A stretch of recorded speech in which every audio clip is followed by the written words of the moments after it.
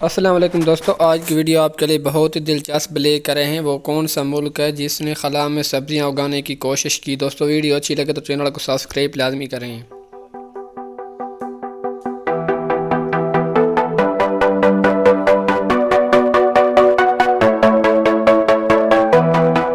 तो इसका जवाब है रूसिया।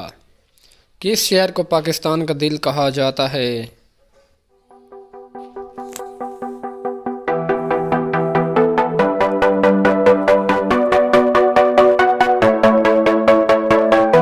तो इसका जवाब है लाहौर।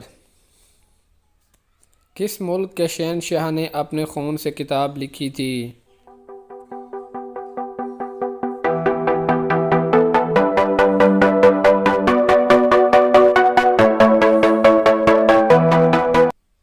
जापान के।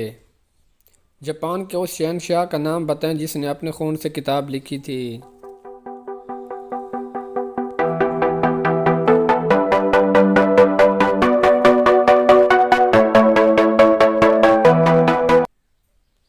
स्टोको।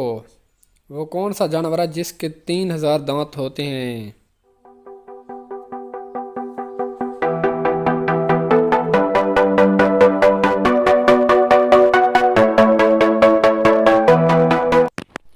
Great white shark. दोस्तों अगर आपको आज की वीडियो अच्छी लगी हो तो चैनल को सब्सक्राइब लाजमी